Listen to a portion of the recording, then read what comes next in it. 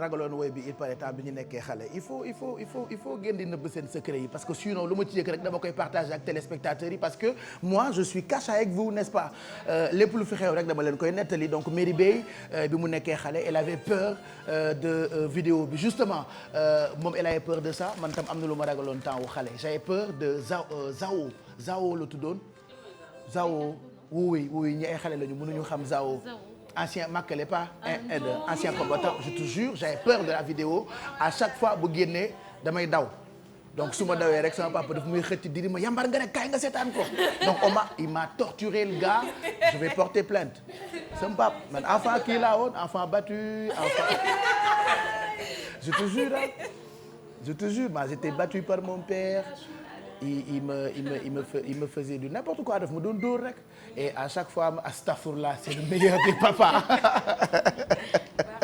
non seulement c'est le meilleur mais c'est mon premier fan d'ailleurs je l'embrasse mon père alors Merry Beye avait peur de Ismaël Lo ak woyam bii nii. non pas Ismaël Lo. Ismaël Lo non j'avais peur du clip en fait. Clip ak càkkaaba bi. voilà càkkaaba bi c'était la première fois que je voyais ça. Et puis voilà quoi man Tamxarit bi ma nekkee xale dama xawoon ragal tuuti fête bi. oui parce que déguisement yi ça me faisait. ça te choquait. non pas choqué mais ça me faisait peur c'est ça en fait. j'avais juste peur. oui j'avais juste peur à cause de clip bi càkkaaba yeeg kii tout ça oui c'est vrai que c'est impressionnant. Bijou Niang par contre elle avait peur de Seytaane bu Kumba Gawlo.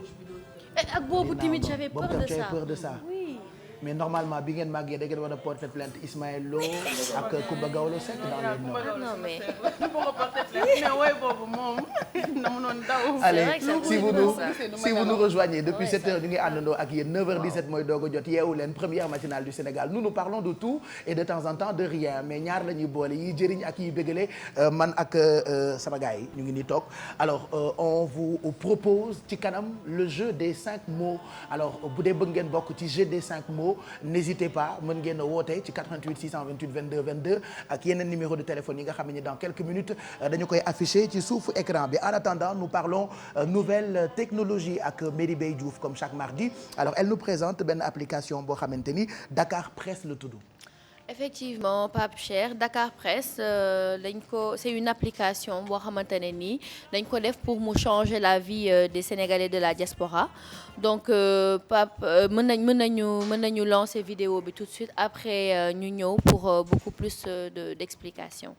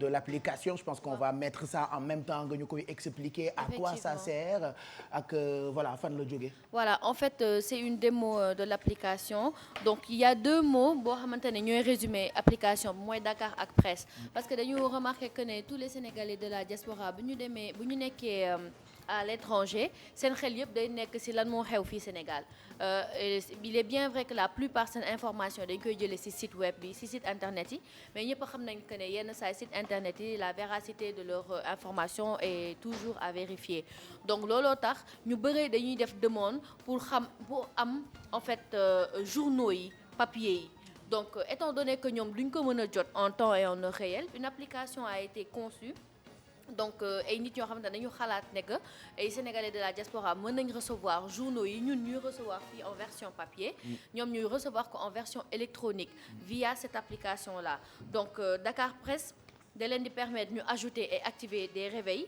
yi nga xam ne chaque matin bu ñu yeewoo dañuy am la une de tous les quotidiens. C'est cool ça. dañuy mën voilà effectivement dañuy mën a personnaliser seen profil et choisir formule abonnement boo xamante ne ñoom moom la ñu bëgg.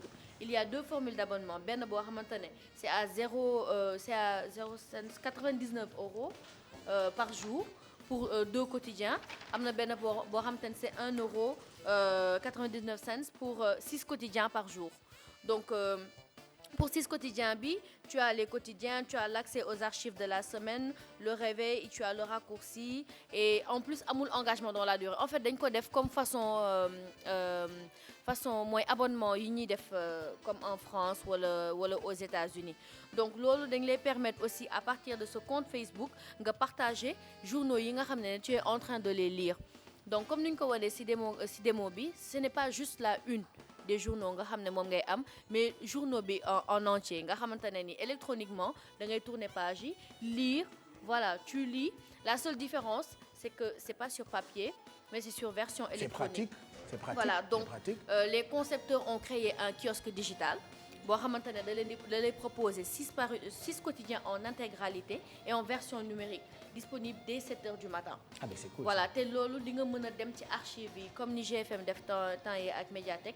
di nga mën a par exemple semaine bi passée boo ko yorul nga bëgg rechercher benn article tu peux revenir sur ça reprendre ci archive yi jël ko def ci li nga ci soxla.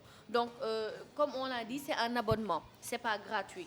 Pourquoi c'est pas gratuit? Parce que le fait que ñoom ñuy fay abonnement bi day permettre ñuy verser bénéfice yi aux éditeurs qui collaborent avec les gens qui ont créé l'application. Ah ben c'est cool. Voilà donc tey jii nii Dakar Presse la ñu indi woon visé ko spécialement pour les Sénégalais de la diaspora. Voilà parce que moi je pense que ñoom ñoo gën a utiliser sax suñu ay site internet. Exactement sites yi ñu gën a xam balaa nga xam njëriñam nga nekk beneen dëkk nga nekk Sénégalais de la exactement diaspora. balaa nga kaa xam nga nekk beneen dëkk. Des fois sax ñoom ñoo njëkk a yëg lu xew fii exactement Sénégal. parce qu'ils sont tout le temps connectés am na ñoo xamante ne ils sont tout le temps sur internet mais comme j'ai dit tantôt léegi yenn sites yi seen information il faut que ñu koy vérifier parce que boo gisee sax yenn saa yi yenn information bi ñu ko tegee dañuy naan dañuy xaar ba xool ndax dafa am ay yenn sites yu koy reprendre wala journaux yu koy reprendre pour ñu mën a xam ndax dëgg la wala du dëgg donc voilà crédibilité bi c'est mis en jeu parce que information bi léegi dafa yomb moo tax ñu jógee fa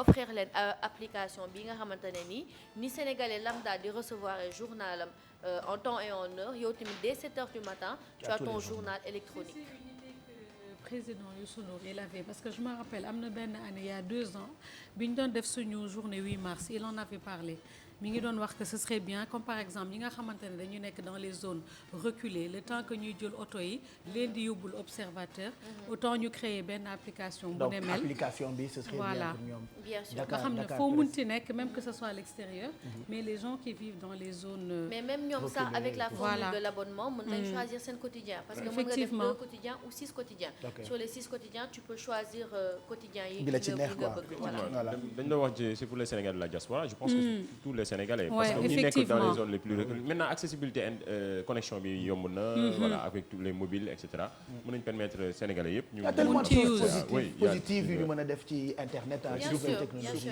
c'est vrai que des fois yi ñuy naqar yi dañ koy wax lañuy mais il y a tellement de choses positives yi nga xamante ay affaires yu baax la quoi merci en tout cas Merry Beye li moo tax sa taxawaay am solo ci yeewu leen bi mën ngeen amaat replay bi ci YouTube bi /TFM wala sax ci page Facebook bu Merry Beye Diouf ci boppam on va parler maintenant culture comme chaque mardi ak Aïssatou Paye Fall yeewu culture alors d'abord dañuy waxtaan ci ki nga xamante ni mooy Woli Faye franco-sénégalaise artiste installée à Montréal elle est peintre elle joue aussi du piano.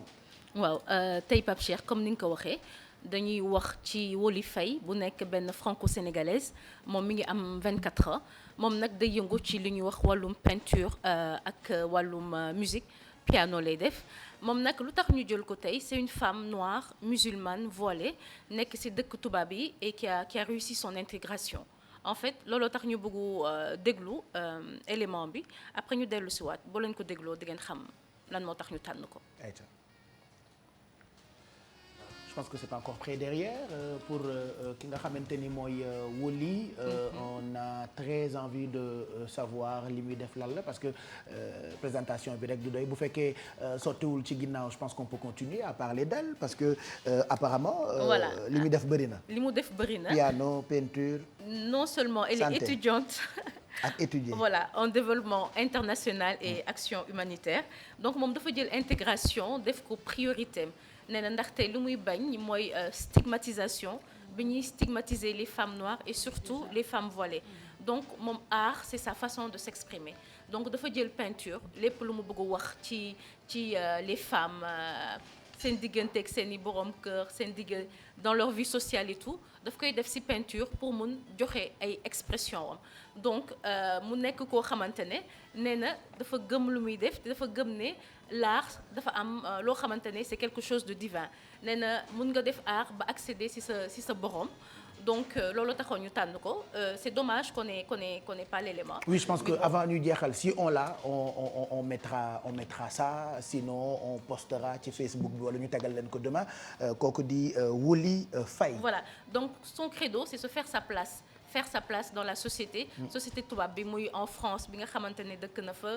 au Canada Montréal fi nga xamante ne moom la nekk nee na elle a réussi son intégration nee na amul préjugé parce que nee na fexe na ba won tubaab bi ne mën nañu dëkk ak femme noire femme musulmane femme voilée parce que ku nekk am nga sa aada ak sa cosaan te ku nekk am nga loo xamante ne mën nga ko jël ci sa morom c'est une femme très positive. Voilà on regardera vidéo bi balaa ñuy jeexal yeewu leen bi livre bi nga ñuy présenté tey mu ngi tudd de l'imparfait au subjectif. Voilà, de l'imparfait au subjectif, c'est un livre de Magaye Touré moom directeur de la francophonie la donc mu bind ci démocratie moom nag li mu bëgg a xamle mooy ne démocratie occidentale mën na bañ méngoo ak ñun suñu démocratie fii ci dëkku Afrique yi ndaxte culture yu bokkul gis-gis yi bokkul donc loolu la développé ci livre bi pour wax que ne démocratie dina sukkandiku tamit ci aada ak cosaan ak c'est quelque chose day am particularité par rapport ak dëkku Afrique yi lu nekk lu ñu am ci seen wàllu aada cosaan dans le social dans l'économique et tout donc loolu lay fësal ci livre bi de l'imparfait au subjectif Magaye Touré directeur de la francophonie. Voilà donc c'est un très bon livre ñu ngi leen di conseiller pour ngeen am ko. Et puis agenda culturel bi on parle surtout des ateliers de la pensée. Voilà Pape Cheikh les ateliers de la pensée dafa nekk ay ateliers yoo xamante ne ay chercheurs ay universitaires africains bu fii Sénégal ak diaspora ñoom ñoo nar a tase fii ci Sénégal du 21 au 31 octobre dafa nekk nag ñaari étape yoo xamante ne Dakar lay doore après ñu dem Ndar ñaari étapes yi nag du 28 au 29 ce sera au théâtre français à l'Institut français de Dakar ñu def ay échanges ak public bi waxtaan ci Afrique naka la ñuy def ba gën a sukkali suñu dëkk yan étape la ñu war a jaar ñan la ñu war a collaborer ngir Afrique gën a fës ngir Afrique mën a ci ay jumtuwaayam ci ay ressources am mën développer dëkkam donc la première étape c'est à Dakar la seconde c'est à Saint-Louis ak ay chercheurs bu université Gaston Berger de Saint-Louis ak tamit public bi daañu waxtaan ak ñoom dina am tamit benn rencontre ak waa Codesria lépp rek ngir gën a dëgmal Afrique ak suñu réew Sénégal voilà donc ce sera du 28 au 31 octobre. Exposition. Objet d'art bi gën a rafet ci àdduna mu ngi nii bii moo gën a garaaw la Joconde.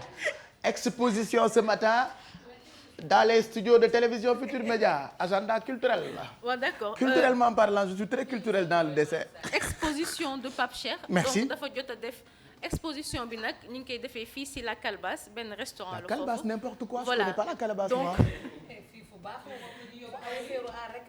yéen may leen ma jàmm fa la joué double vie ne ngeen da ngeen xam doon Youssou Ndiaye xam na fa xam naa fa ngeen di yaa connaissance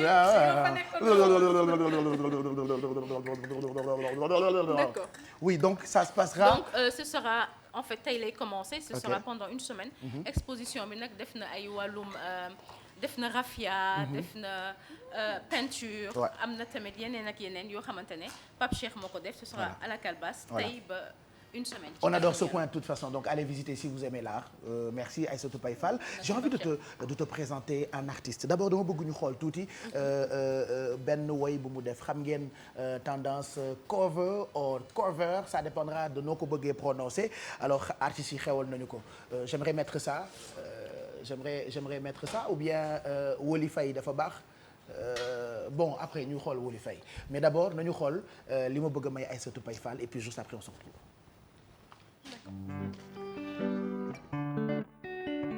Jàngum jigéen am na solo. Jàngum jigéen am na solo. Jàngum jigéen am na solo. Jàngum jigéen am na solo. Sama yaay sama baay boy a bàyyi leen ma jàngi école. Oh.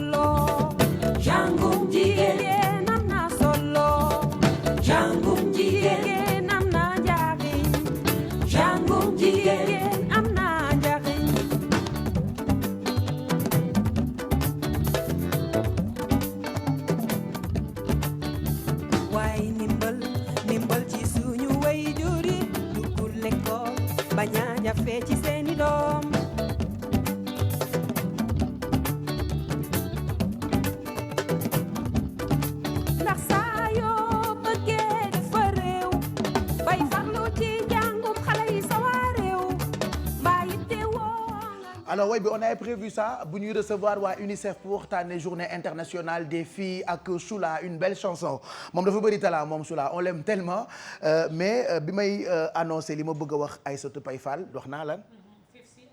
ok merci.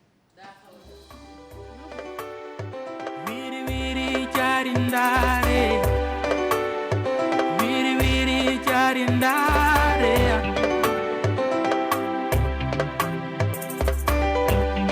Oh yeah, jem na jem waaye demul fenn. Li ma bëggoon mënul ne. Maa ngi ci lëndëm leer gaa ngi nii. Fi metti ma jóg di wuti ji. Yeah, this was leading nowhere. Wiri wiri jarindare, the light was shining. Wiri wiri jarindare, baby told me. Wiri wiri jarindare, oh, dare.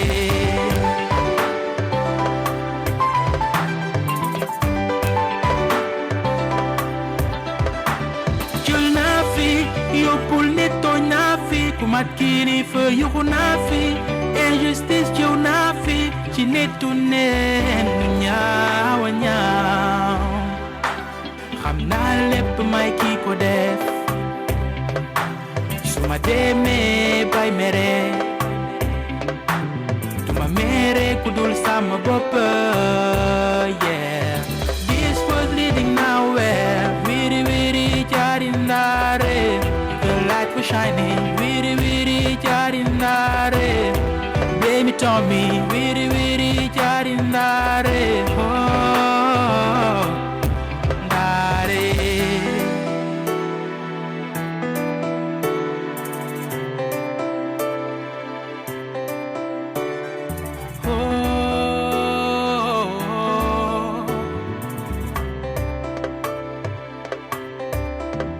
ki la doon toppatoo soo mënee defal ko bi lépp baaxee yow laa doon gis bi ma sonne yaa ma doon digal su ma réeree dëgg gërëm naa la man daal fàttewuma la nëbbatuma la man daal fàttewuma la nëbbatuma la ki la doon toppatoo soo mënee defal ko bi lépp baaxee yow laa doon gis su ma sonnee yaa ma doon digal su ma réeree dëgg gërëm naa la man daal fàttewuma la nëbbatuma la man la seen doom jee man daal fàttewuma la nëbbatuma la ma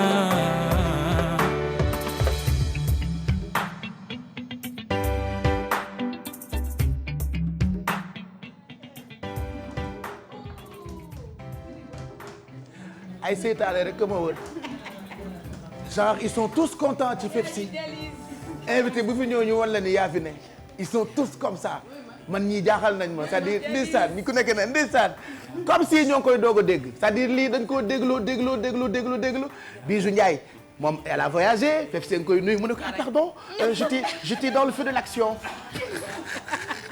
kii moom daa tiit ba naan ma comment il s'appelle encore Fifty waaye il s'appelle Fifty madame moom voilà elle est carrément dedans dégg ci mère ndeysaan wallaay mën na way wallaay ndeysaan Alfi Satan ay waay Mary Bey la sérieuse oh mais kenn rek ma ci naqari mooy ki ñëw toog sama place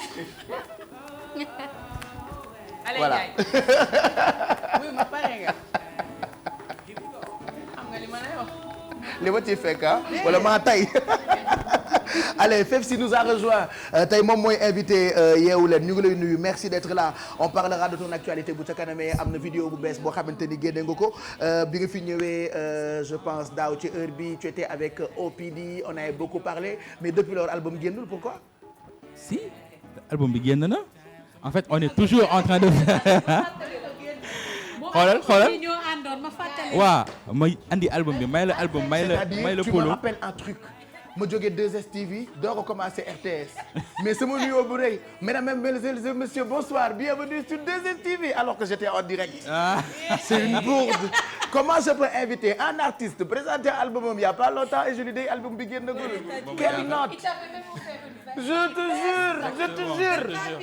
jure exactement bon on s'en fout tout le monde oublie nit ku dul juum amul ku dul juum mais on est fiers parce que ñun on apprécie et puis suñu xarit nga quoi bah voilà moi je suis de la maison donc album bi génn bu yàgg aujourd'hui je suis venu présenter la troisième vidéo ma xoolee ni may xoolee bëgguma regard bii de ma xoolee toujours donc tey décrochel la andi ok décrochel son bi décrochel lu tudd ok on découvre ça ci kanam voilà d'accord décrochel mooy son bu bees bi moi j'ai pas encore écouté je te jure c'est il paraît que affaire bu graaw la décrochel tu verras pourquoi dafay jaar ok soo ko dégloo day des sa bopp qu'est-ce que ça te fait léegi bu ñuy woy nouvelle technologie j'ai vu Ndiolé def na coucou Shinap et là je vois Pepsi qui fait décrochel. Non, mais ça montre juste que voilà nouvelles technologies c'est pas la ont même vraiment chose aussi, impacté dañu wane rek ne nouvelles technologies impacté na la vie et le quotidien des parce que xam naa ne comme un bon artiste mu ngi doon waaj wax naan non tu sais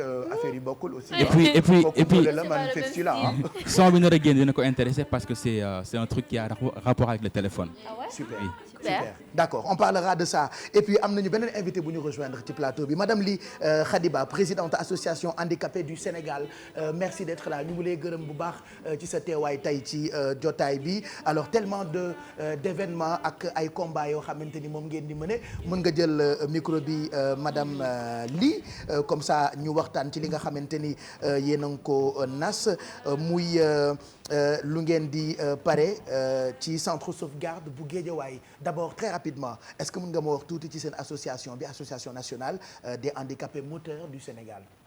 merci Pape Cheikh Diallo damay kontaan ci teew ci émission Yeewu Leen di remercier équipe bi yëpp ci seen professionnalisme ak seen diligence. Merci. Bon ñun c'est une association nationale des handicapés moteurs du Sénégal. mais il faut que ñu ci suñu ay folie. d'accord. c'est un rassemblement de fous. groupe dof lañ teg ci télé bi fajar yi. vas-y continue damay tooñ. C'est une association nationale man maay présidente bi au niveau du département de Guédiawaye. di également la présidente de la fédération des associations de personnes handicapées. de Guédiawaye. dañu bëgg a organiser nag benn conférence de presse. conférence sur les droits égalitaires des chances des personnes en situation de handicap. après suñu paree ñu def remise de kits scolaires pour les enfants. ci suñu programme éducation inclusive bi ñu am. programme bi c'est depuis 2001. c'est un programme boo xam ne ça nous permet d'insérer les enfants en situation de handicap à l'école et les maintenir aussi à l'école. Parce que je pense qu'il le faut ñaare ci dëkk yi je dirais pas Sénégal mais c'est presque mondial loolu bu fekkee xale juddu na ba am handicap yenn saa yi ñu beddi la yenn saa yi ñu yolwaan loola yenn saa yi ñu bàyyi la noonu considérer la comme nit ku anormal alors que voilà war nañu leen boole ci affaire yi parce que xel mi ñu yor peut-être ñu amul handicap xel moomu la ñu yor. dëgg la li ñu seetlu comme ni nga ko waxee rek moom mooy handicapé yi ñu ci bëri dañ leen a beddi. parent handicapé bi ci boppam sax su amee doom mu nekk handicapé dafay découragé. du ko dugal école da koy nëbb. ñu ci bëri dañ leen di tëj. ñun à partir de nos recensements pour connaître le nombre. au niveau de Guédiawaye. gis nañ ne ñu bëri dañuy nëbb seen doom yi. te actuellement toll nañ foo xam ne. avec le fort engagement. bi nga xam ne moom le président de la République am avec la carte d'égalité des chances dañu war a promulguer droit yi droit protection des enfants surtout ñu insérer ko parce que d'habitude comme le président national ni mu koy waxee handicapé yi mënuñu métier yu bees yi xew su fekkee ne lamb ji la mënuñu ko bu dee sàcc mënuñu ko donc dañu war a jàngi kon dañu war a insérer leen à l'école ñuy ñaax bépp parent aussi ñu dem insérer leen surtout que bëri na ñu ci nekk intellectuel beneen affaire boo xamante ni itam seet nañu ko ñun dañu koy xeex tout le temps kenn bañ a xaar nguur nit ñi itam di jàpp ci seen ay mbir ci wàllu jumtukaay yi par exemple bi nga ñëwee sànq ci chaise bi nga toog amuñu normalement fu ñu la jaarale alors war nañu sóor itam ñi nga xamante ni ñoo amee handicap bu ñu dee tabax ay kër bu ñu dee defar ay bus bu ñu dee defar ay dëkkuwaay bu ñu dee defar ay entreprise parce que ci dëkk bi la ñu bokk aussi. dëgg la moo tax ñu choisir l'éducation ñun même inclusive bi ñu war a waxtaanee.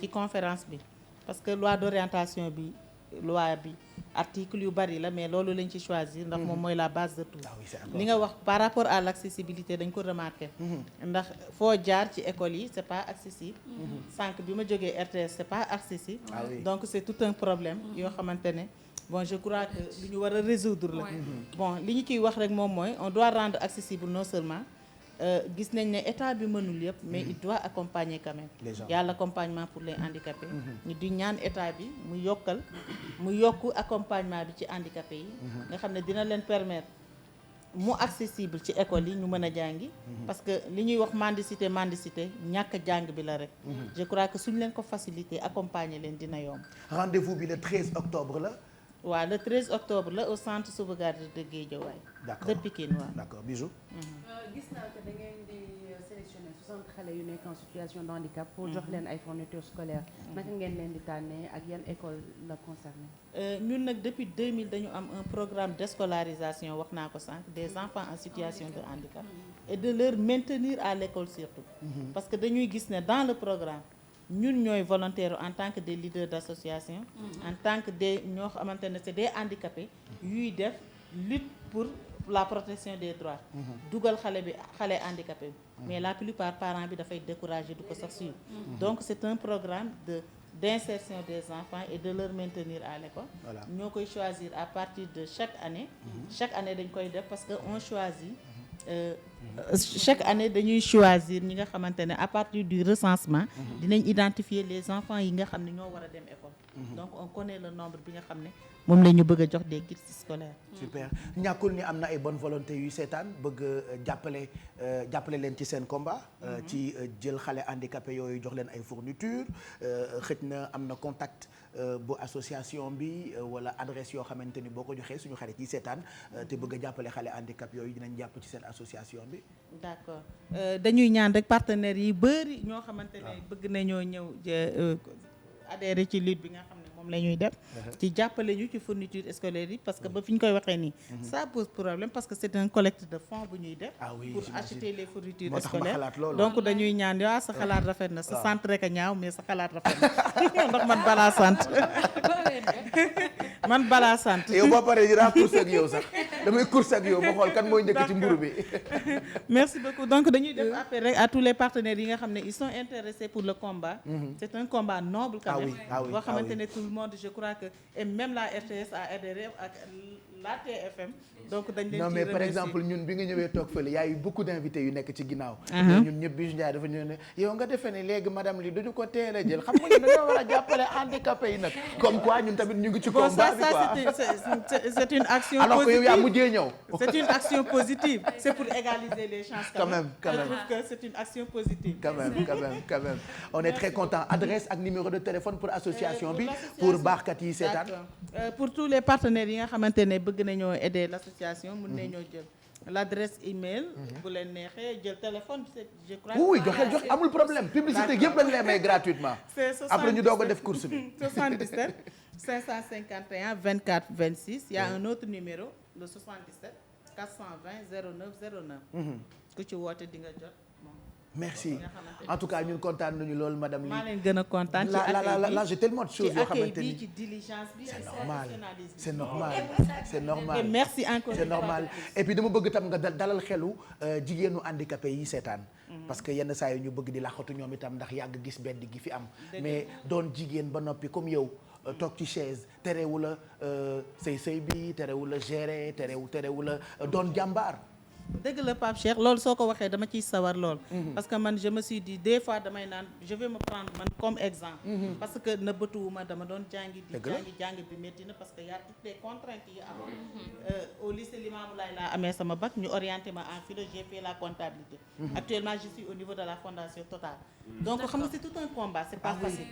donc li ñuy ñaan ñeneen ñi mooy ñu jéem a góorgóorlu bañ a nëbbatu. surtout jàng bi li ñuy ñu wax gën leen a ñaax ci jàng bi. les préjugés négatifs. ndax yow xam-xam moo la dimbali nii. waaw tout à fait buñ ci di tenir compte surtout.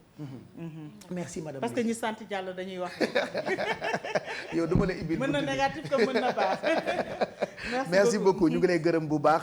je rappelle que rendez-vous bi voilà rendez-vous bi donc le 13 octobre 2016 à 15h. la presse est invitée aussi. on viendra mu ngi amee ca grande salle bu centre sauvegarde bu Guédiawaye pour vous dire rek di prévoir fu handicapé war a jaar dafa am solo. on aura des problèmes pour ibil la dama koy woon téléspectateur yi regardez.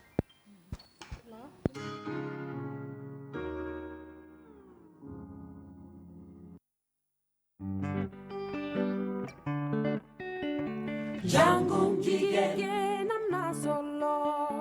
Jangum jigéen am na solo. Jangum jigéen am na solo. Jangum jigéen am na solo. Sama yaay sama baay boy. Abay leen ma jangi école.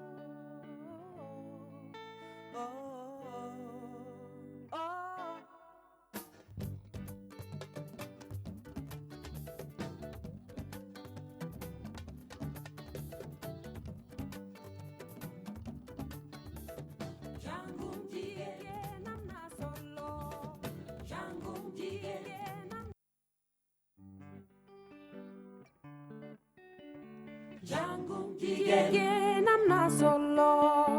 Jangum jigéen am na solo. Jangum jigéen am na solo. Jangum jigéen am na solo. Sama yaay sama baay boy. Abay leen ma jangi école.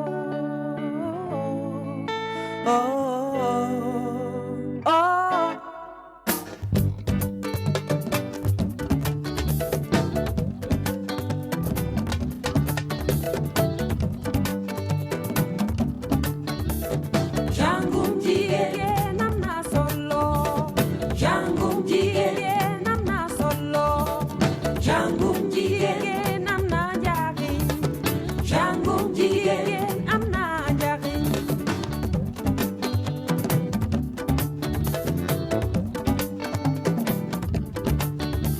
waaye ndimbal ci suñu waajur yi dugg l'école bañ a jafe ci seeni doom.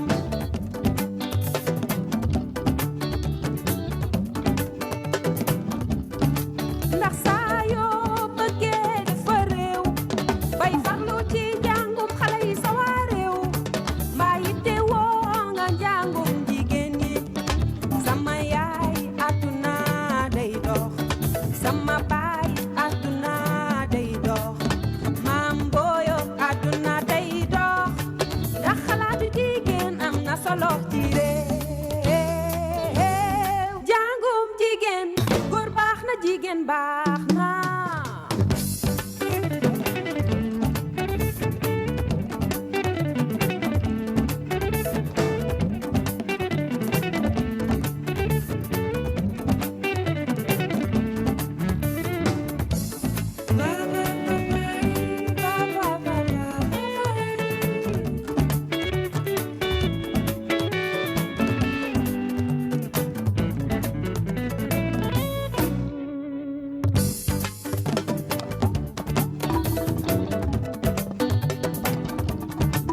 bëggoon a doon tey avocat chef d'état chef d'entreprise wala ingénieur ndax njàng mi moo ma koy may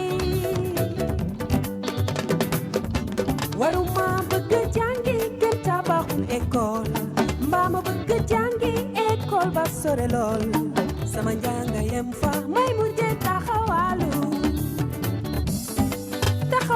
warul yaay xale ñu jere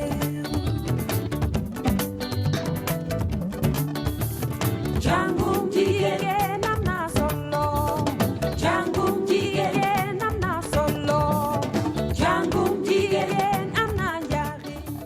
Choula jàngum jigéen la way tey mooy journée internationale des filles fii waxtaan bi neexee ak madame Ly fa la ñu amee problème technique en pleine émission mais bon mënuñu ci dara loolu dañ doon waxtaan sànq rek ci accessibilité bi ñu war a wutal handicapé yi voilà après on était obligé de couper ça pour jàllale Choula bi nga xamante ni woy na jigéen ñi njàngum jigéen dafa am solo pourquoi on en parle aujourd'hui je rappelle que tey mooy bis bi nga xamante ni jagleel nañ ko xale yu jigéen yu ndaw yi jànk lañ leen tuddee ñoom les jeunes filles journée internationale des jeunes filles initiée par les Nations Unies. Alors on va recevoir des filles yoo xamante ni ñoom plan international ouest africain la ñuy liggéeyal ñoom fi mu tollu tembe ñoom ñoo jiite commande yi à travers cette journée Bijou si on reçoit ñi nga xam ni ñoom ñoo ci nekk. Comme ni nga ko waxee c'est des jeunes filles yi nga xamante ne actuellement ñoom ñoo nekk à la tête des Nations Unies nekk à la tête de l'USAID plan international donc ñoom la ñu recevoir fii ci plateau bi pour waxtaan ak ñoom wax ci rôle bi nga xamante ne moom lañ leen jox et puis surtout ñu wax ci journée internationale de la fille bi nga xamante ne moom la ñuy organiser. Bonjour. Bonjour. Alors bienvenue sur ce plateau. Merci. Dégg ngeen olof yéen ñaar ñëpp ou est-ce que vous parlez seulement français? Non, moi je parle français. Et vous? Oui, wolof. Wolof. Oui. Donc dinañ ko def wolof ak français. Oui, s'il vous plaît. Vous êtes là pour représenter l'ONU, l'USAID et plan international. Parlez-nous un peu de ce phénomène-là. Comment est-ce que vous avez pu être à la tête d'instituts aussi importants? Oui. Alors, Plan International a lancé une initiative, mais vraiment très court, en 3 jours, et voulait sélectionner des jeunes filles qui avaient entre 15 et 25 ans pour pouvoir prendre les commandes. Parce que Plan International a initié la journée de la fille, la journée internationale de la fille, il y a 5 ans. Et cette année, il voulait passer de la parole à l'action. Donc, donner la place des décideurs aux jeunes filles. Donc, on a répondu à l'initiative sur Facebook. Il fallait être africaine, avoir entre 15 et 25 ans et militer soit dans des associations pour les jeunes filles ou pour les enfants. Donc, on a répondu à cette initiative. On a reçu plus de 100 candidatures. On a sélectionné 15 filles. Et dans les 15 filles, 5 ont été retenues dans des postes comme directrice régionale, que je représente, directrice des opérations, mobilisation des ressources et management des risques et catastrophes car elle représente. Mais pourquoi vous et pas les autres filles? Parce qu'il y en avait plein qui avaient postulé. Comment s'est fait la différence? Oui, alors il y a eu la sélection, il y a eu un entretien collectif. Tout était très transparent. Ouais. On a fait le même entretien avec les filles. On a noté les filles et un jury nous a noté. Et c'était le militantisme. On est toutes pareilles, on est toutes engagées. Et on milite toutes pour la même cause, pour celle de l'égalité entre les hommes et les femmes. Et voilà, c'est pas question de c'est la meilleure qui a eu le poste ou quoi que ce soit. C'est vraiment une question de chance, si je peux dire comme ça. C'est juste une question de chance. D'accord. Mais aujourd'hui, comment se passe la journée d'une dirigeante à la tête d'instituts comme l'USAID ou Plan International? Alors, à Plan International, West Africa et Centre, on représente 14 pays. Donc, on n'a pas seulement les motivations et les problèmes des filles du Sénégal. On représente aussi les filles du Togo, du Bénin, du Ghana. C'est très difficile, c'est beaucoup de travail. C'est énormément de travail. C'est quelle heure à quelle heure? Beaucoup, on finit très tard, on travaille même les dimanches. Oui, on a même travaillé le dimanche très très tard. Et voilà, c'est énormément de travail. C'est énormément de travail pour arriver à ce monde juste là, à ce monde égalitaire, où les filles ne seront ni derrière, ni devant les hommes, mais juste à côté, qu'on ait les mêmes chances qu'eux, effectivement. Alors, en termes d'expérience, qu'est-ce que cela vous fait de vivre ça? Wow. En termes d'expérience, franchement, on va dire que ça nous apporte beaucoup déjà sur le plan professionnel. ça renforce notre engagement. Parce que l'engagement, il était là à la base, mais nous sommes vraiment encore plus motivés. Déjà, quand on se rend compte qu'on est soutenu par autant de personnes, que ce soit des hommes, des femmes, il y a des jeunes filles. Il y a plein de gens qui sont engagés pour la cause. Alors, non seulement nous sommes encore plus motivés, mais on a acquis des connaissances professionnelles. Oui. C'est bien. On a fait des formations et tout. Oui. Aujourd'hui, c'est la journée internationale des filles. Oui, de la jeune fille. De la jeune fille, voilà. C'est quoi le programme de la des filles. Oui. Voilà. C'est des filles. Aux Nations Unies, dañuy wax des filles, dañuy wax tam de la fille. Donc, il n'y a pas de faute ni de correction. C'est quoi le programme? Oui, alors hier, on a fait le take-over. C'est ça, on en a fait, en pris réalité. la place des dirigeants hier à la réunion, à la très très grande réunion qui représente, qui réunit tous les dirigeants des pays et avec le big boss de Plan. Donc, on n'a pas réussi à trouver une fille pour prendre sa place, il ne voulait pas. Donc, on a pris la place des autres dirigeants et on a fait la réunion, on a fait passer nos messages. On a fait tout du début à la fin et l'après-midi on a fait le Viber chat collectif sur le avec tout le monde sur le thème du mariage des enfants. On en a parlé. Voilà, on a trouvé des engagements et même pendant la réunion, les dirigeants qui étaient là, ceux qui prennent ces décisions, se sont engagés devant nous à prendre des décisions qu'ils vont appliquer parce que c'est surtout ça, on ne veut pas juste prendre des décisions, on veut qu'ils soient appliqués. C'est ça le hic souvent dans les rencontres. Il y a plein de décisions qui sont prises, mais après l'application pose problème. C'est ça en fait, parce que après affaire bi on va expliquer un peu en wolof pour waxtaan ak sénégalais surtout jigéen ñi seetaan affaire bi du réunion du séminaire du daje du financement du taxaw Nations Unies ou tout ça. Ce qui est intéressant ñu tànn ay xale juste le temps d'une célébration jël leen ne leen yéenay remplacer diw par exemple man ñu jël benn xale teg ko fii ne ko tey ci bis bi yaay animé yeewu leen. C'est ça un peu l'histoire pour ngeen mën ko comprendre et que Nations Unies daf koy def depuis très longtemps plan international daf koy def depuis très longtemps. Je fus ci benn année secrétaire général des Nations Unies ci benn journée c'était il y a très longtemps donc c'est magnifique xam naa actuellement li ngeen di dund mais fii Sénégal dañu foog ni Sénégal Ndakaaru la yem boo demee ci région yi chaque fois da ngay gis ay xale yu jigéen yoo xamante ni ñii 13 ans ñii 12 ans ñii 8 ans mais di liggéey ay liggéey yu metti alors bis bi loolu la ñuy xeex loolu itam jar na sensibiliser mag ñiy seetaan pour ñu jàppale xale yi xam ni xale la xale bu jigéen la da nga koy jàppale mu jàng nga tegal ko ci condition yu normal mu mën a màgg doon jàmbaar comme yéen comme jigéen ñu mag ñi ñuy dégg un peu partout à travers le monde donc yéen lan mooy seen mission fii ci Sénégal surtout ci ni ñuy téyewee xale yu jigéen yu ndaw yi. Oui, alors pour revenir un peu sur ce que vous venez de dire, par exemple hier quand on a commencé la réunion, on a commencé par demander aux participants quelles sont les tâches qu'une fille effectuait dans la maison. Alors ils nous ont dit qu'une fille devait balayer. Et selon sondage yi li xale bu jigéen di liggéey moo ëpp lu góor mën a liggéey li xale bu góor mën a liggéey fii donc on a utilisé le même vocabulaire qu'eux. On leur a dit qu'on aimerait plus continuer à balayer comme eux ils le pensent. Nous on aimerait balayer tous les préjugés, voilà, tous les préjugés qu'ils avaient sur la condition de la femme, dépoussiérer les mentalités et ranger au placard toutes les mutilations, toutes les pratiques que les jeunes filles subissent. Donc, les viols, l'excision, les mariages précoces, voilà. Et ne pas se dire seulement j'ai une fille et un garçon, je vais amener le garçon à l'école. La fille, elle n'a pas à aller à l'école parce que, voilà, de toute façon, elle sera mariée. Donc, voilà, c'est surtout ça. Et puis, on souhaite être, on ne veut pas juste être des figures pour cette journée-là. Et Plan s'est engagé à ce qu'on soit la vitrine entre eux et ces jeunes filles qui n'arrivent pas à joindre, en fait, un peu le pont. Parce que ce n'est pas seulement nous, même en ville, on vit certaines réalités. En ville, on peut avoir des parents instruits, on peut vivre dans une communauté où les gens sont instruits, mais on va se faire mutiler, on va se faire marier de force.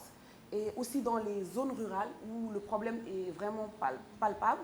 Et Plan n'arrivait pas à faire ce pont-là entre eux et les jeunes. Donc nous, on est un peu, voilà, le lien pour pouvoir accéder à ces consoeurs, à nos sœurs qui subissent ça. Et voilà, pour pouvoir faire ça. On va finir donc. Moi, je veux savoir juste à part ça, qu'est-ce qu'elles font dans la vie réellement? Qu'est-ce que vous faites dans la vie de tous les jours? Voilà, chacune va dire ce qu'elle fait d'habitude. Qu'est-ce que vous faites? Moi, je suis étudiante en master en marketing et communication à la Chambre de commerce de Dakar. Et alors, moi, je suis étudiante en médecine.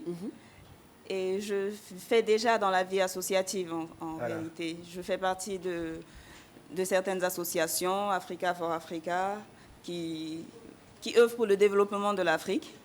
Alors moi, je suis déjà à la base pour le développement de l'Afrique et pour intégrer activement les jeunes filles au processus décisionnel, à la vie socio-économique, à la vie politique, que les filles puissent être des décideurs, qu'elles puissent vraiment apporter leur pierre à l'édifice. Voilà. Merci, on est très content. Bonne chance, Diéné Cissé, c'est ça? C'est ça, oui. Ak Karel Ken. Merci d'être passé nous voir. Si je peux juste rajouter un truc, je voudrais finir par souhaiter une bonne journée de la jeune fille à toutes les filles dans le monde au Sénégal. Et j'aimerais leur dire que nous ne sommes pas faibles, nous ne sommes pas incapables. Nous sommes là, on prouve que les femmes sont capables, les filles peuvent faire quelque chose, alors bougeons-nous, restons motivés et engageons-nous pour notre pays, pour notre continent. Voilà. Merci. Et qu'elles puissent étudier, qu'elles puissent s'épanouir, qu'elles puissent diriger et qu'elles puissent devenir des leaders. Surtout ça. Voilà. Merci. Merci à vous. Journée internationale de la fille. Merci. Tey ci bis bi on est très content 10 heures pile mooy doog a jot merci Bijou si pour sunu invité yi c'est intéressant. Mais ce serait bien que ça ne s'arrête pas à une seule journée. Parce que day am journée de lii journée de là mu nekk benn journée boo xam ne dañuy jël dara fësal ko après ñu bàyyi ko je pense que dafa war a nekk loo xam ne si c'est un engagement pour excision pour viol collectif pour que mu am égalité des chances entre hommes et femmes par rapport ak liggéey ak lépp je pense que c'est un travail continu. oui heureusement ba waa plan international UNICEF Nations Unies ñoom duñu bàyyi. voilà d'habitude journée mondiale yu bëri ñoom ñoo koy créer donc ñoom dañuy topp action yi. waaw mais ñun tamit war nañu ñun suñu nguur yeeg suñu leader yeeg suñu autorité yi ak ci biir kër yeeg borom kër yeeg frère yeeg yëpp ñu xam ne tey jii man Aïssatou Paye su ma yeewoo balee ndab yi tege góor bi war na jël jóg moom tamit raxas ngir jàppale. c'est juste une façon de mais à condition que ñu koy teg ci proximité. ñu koy teg ci wax ak waa dëkk bi wax ak ñoom li ñu communication sensibilisation communication bi dafa am solo doo dem ba doxuun pour jàppale jigéen ña fa nekk jànguñu école dégguñu tubaab nga leen il faut amener les enfants à l'école moi je pense que il faut beaucoup de tempérament dans cette situation là dañuy ŋaang di la xool donc da nga naan leen jigéen ñi nii nga leen di jàppale nii nga koy defee et voilà donc on demande aux organismes ñuy def loolu dëkk boo ci dem rek bu dee Maroc nga dem nga làq leen naar ci seen village yooyu ñu dégg li ngay bëgg jàppale leen et c'est important. c'est très important. waaw muy communiquer ak ñooñu. pour communication bi gën a jàll. la war a commencer. ndax man parfois suñu kër dañuy jël nabu rek di ko sant dama naan leen yéen góor ak jigéen yéen ñëppay partager liggéey bi. en fait amul góor je pense que loolu yëpp. tout le monde balaie tout le monde nettoie ñëppay lal seen lal ku ci nekk c'est une forme d'éducation bu ñu war a teel a jël boo amee doom bu góor yow tey même bu dee amoo doom bu jigéen wala dara nga nekk ci waañ bi nga ne ko ñëwal nga jàppale ma. En fait, loolu yëpp entraide la solidarité. Mais non. C'est juste des mentalités qu'on doit changer. te boo voyagé yaa togg sa bopp donc. war na leen sax dañu invité keneen mu ñëw ñu waxaat sonn ci yéen ku ne di làkk ni ana kii Chérif Ndiaye présent na ñëw léegi ñu wax 2500 invités la ñu am tey mais man kenn mooy sama invité Fepsi on le regarde encore tàccul waatal leen ma ko waaye kii c'est on applaudit très fort on mettra la clip Inch'Allah.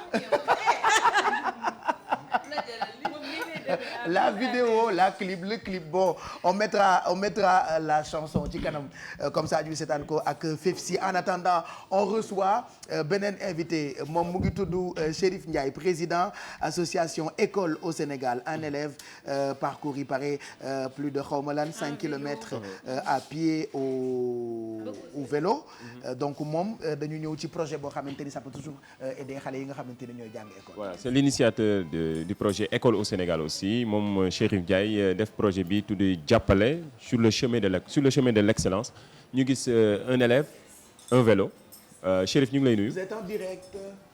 maa ngi leen di fay. Merci Mamadou merci Pape Cheikh ci invitation bi.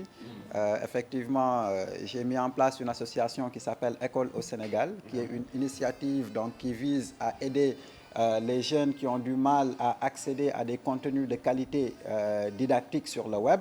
Parce que bon Mary le disait tout à l'heure en Afrique souvent le contenu qui se trouve sur Internet n'est pas un contenu didactique et riche.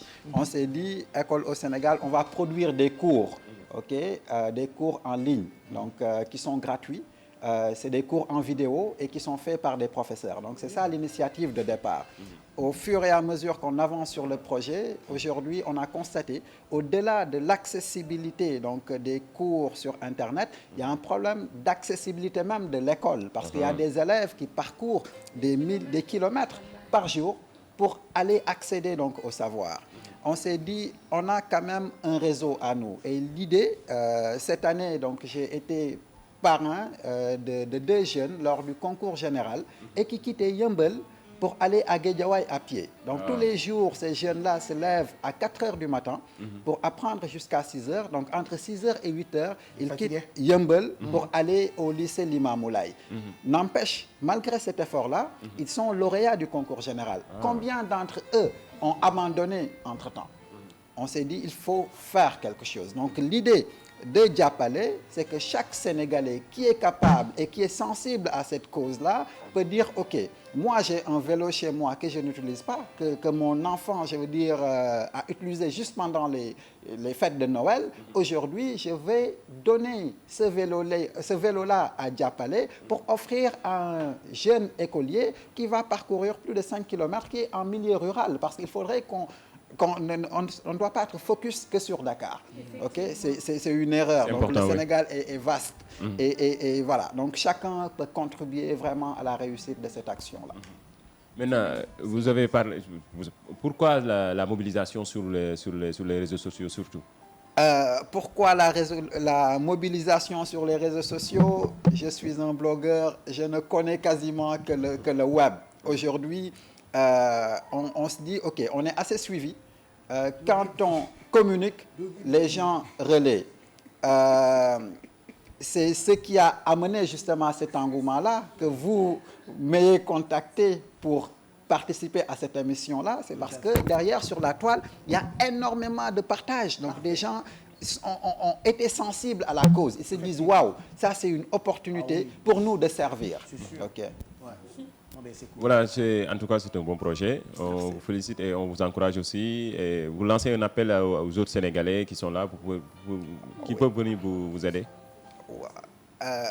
Oui, lancer appel bi parce que en fait projet bi pour jàppale ñi nga xamante ne la ñooy dox ay kilomètres pour dem jàngi ji. Donc loolu du lu yomb parce que ñun xëy na da ngay am sa doom di ko déposer école bés bu nekk di ko jox ay goûter ainsi de suite. am na ñi nga xamante ne seen kattan tolluwul foofu te bëgg nañu jàngi donc ay doomu réew mi lañu ñu ne nag comme ñun yàlla xaw nañu may tuuti lu ñu mën a dimbalee donc na ku nekk mayee dara béy si waaram comme ça nit ñi mën leen ñu yombalal xale yi seen jàngin. Voilà. Et donc l'idée c'est un appel vraiment à voilà ku am vélo bu yàquwul sax moo gën. ku am vélo jox ñu ku am leneen nit cotiser ñoom ñu cotiser seen biir donc jënd benn vélo jox ñu. donc yéen a ngi def collecte ni adresse numéro de téléphone pour ñu leen mën a jàppale. Le numéro de téléphone donc c'est le 77 294 20 83. 77 294 20 83. Adresse email donc c'est Cherif donc écoleausénégal.com donc école avec S donc c'est également l'adresse du site web pareil pour les réseaux sociaux donc sur Facebook Twitter Google LinkedIn et autres. Chérif mbaa am ngeen logistique bu doy. dama bëgg xam tey bu nit ñi imaginer 200 personnes indi woon ay vélo nga naka dem yóbbu naka ngay def am ngeen kii bu doy. Merci pour cette question c'est-à-dire collecte bi 2 phases la. La première phase du 1er octobre au 1er novembre, collecte là. Novembre, décembre, distribution là. Et là, on est sur la phase de démarchage de partenaires. Il y a un Sénégalais de la diaspora, le premier jour a dit je vous mets 100 vélos dans un conteneur. Oui, c'est des choses à dire. Donc voilà, sur un... Et donc distribuer effectivement 1000 vélos du Chérif mooy gàddu vélo yi di dem donc ça dañuy soxla logistique et là on lance également un appel à des partenaires qui sont qui peuvent nous mettre à disposition ces moyens. Les enfants vivant avec de l'handicap surtout ñi nga xam ne sànq rek sama xalaat dafa dem ci ki fi toogoon sànq est-ce que xalaat ngeen xale yi nga xam ne ñi ngi jàng et puis dañuy am laago surtout. J'avoue que bu ñuy xalaat projet boobu effectivement on l'a pas intégré. Ok, mais on a suivi tout à l'heure. Donc Pape Cheikh a parlé des problèmes d'accessibilité de ces gens-là pour même yéeg si ay bus et autres. Et c'est important effectivement quand on conçoit des projets pareils qu'on puisse penser à ces gens-là. Mais c'est un pilote, c'est-à-dire dañuy doog a door dañuy tàmbale. Donc su fekkee am nañu yeneen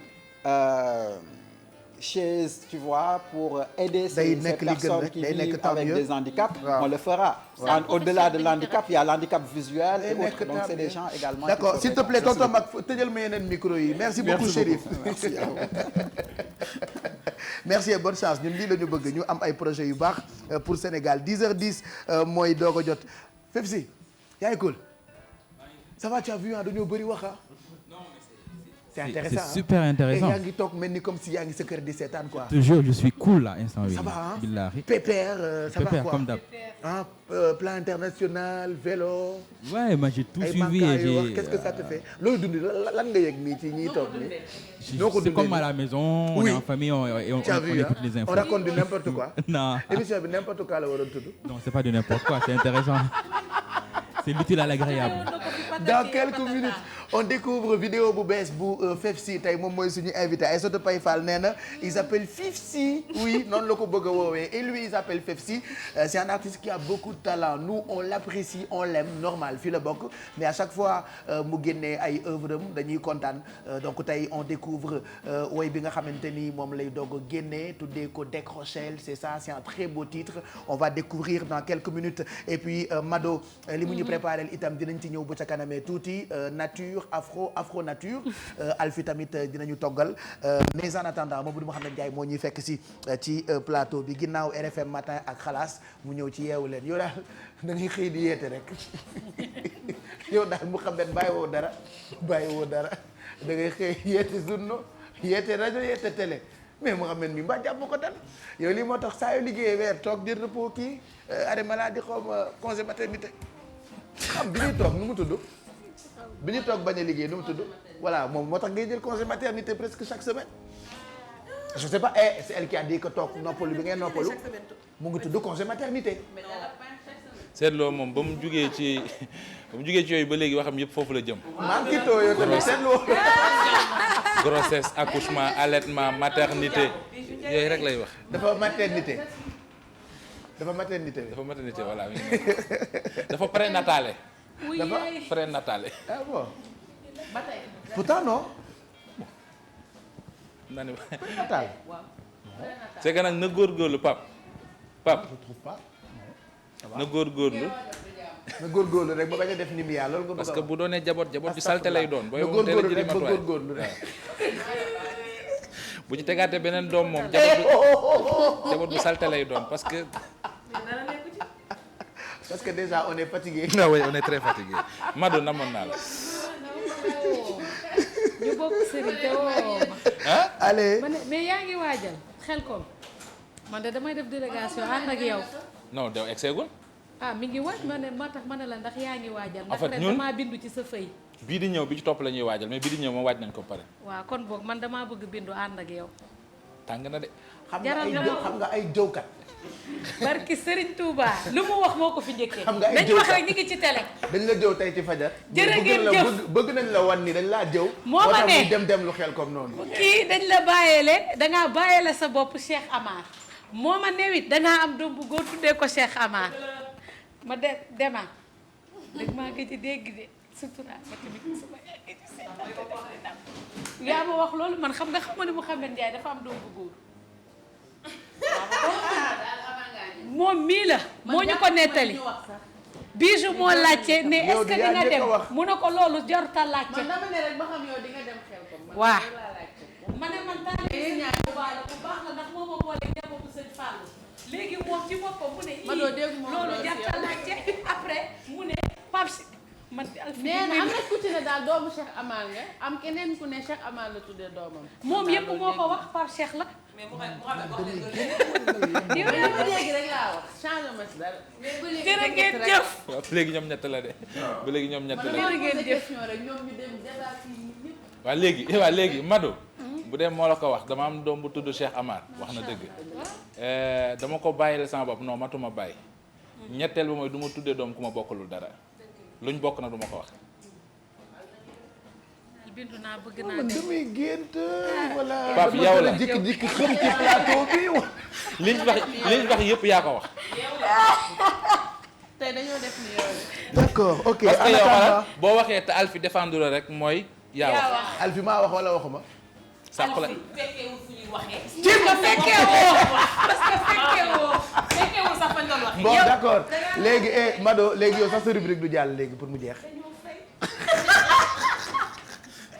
allez revue de presse yi Mamadou Mouhamed Ndiaye jërë ngeen jëf. ay ca Pape nañu door ak mbirum Frank Timis mbirum Timis Corporation mbirum Maître El Hadji Diouf le témoin xëy ci dellu soit moom Frank Timis ak ñi mu ne daf leen di porter plainte bu njëkkoon ñaar fukki personne ak benn la wax léegi ma nga ca fukk ak benn ca ñooñee le témoin xëyee bi le titre moo di Timis tient son 11 de départ ñan ak ñan la ci ñu njëkk a bokk ci plainte bi El Hadji Malick Gakou la premier ministre du Sénégal ba woon di Abdoul Mbaye Mout Ban Adama Gaye Ousmane Sonko Mamadou Diop Decroix Birahim Seck Mamadou Lamine Diallo Baba Aïdara ak kii di Alioune Gueye yéen kaay bi nañu ñi la Frank Timis kon sant Maître El Hadji Diouf ngir mu porter leen plainte ndax diffamation ak diffusion fausse nouvelle moom la leen di toppee l'observateur xëy ci dellu soit moom li mu gis mooy coowal Frank Timis ak pétrole beeg yooyu nu ñuy def ba génnee ci kii di Alioune Sall procureur bi la ñu sukkandiku ci moom kon moom la ñu saisir ngir mu lijjanti coow loolee fexe nu mu ci génne Alioune Sall la seen kaay xëy ak ñun ci lu aju ci Frank Timis avocat am di Maître El Hadji Diouf ak ni mu fas yéene kon delloo kurpañ yi nga xam ne dóor nañ ko Frank Timis plainte baak ni mu demee yéen kaay bi nañu El Hadji Diouf kon door na defante bi El Hadji Diouf ouvre les hostilités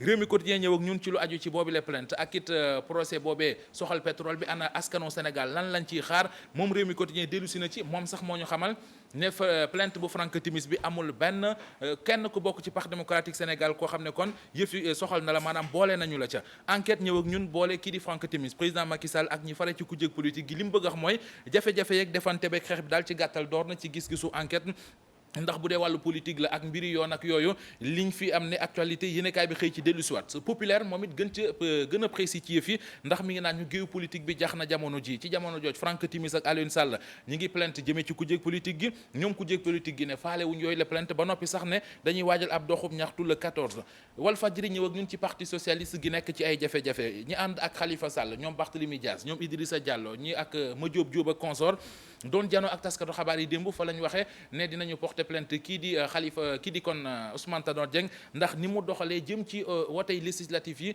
doxalin boobee tegul ci yoon tax ñu ko bëgg koo toppee faux usage de faux ngir porter ko plainte ñu jeexale ak le quotidien mi ñëw ñun ci gëstu boo xam ne def na ko jëm ci wàllu pauvreté wàllu chômage ak njàng mi yeggul ca banlieue bu Ndakaaru gëstu bi Tumbuktu Institute moo ko def lañ ca gis mooy lu aju ci jafe-jafe yi askan wi di dundee ca banlieue bu Ndakaaru tax na foofee am na ci jigéen yoo xam ne nee nañu noppi nañu ngir doon ay djihadiste Pape.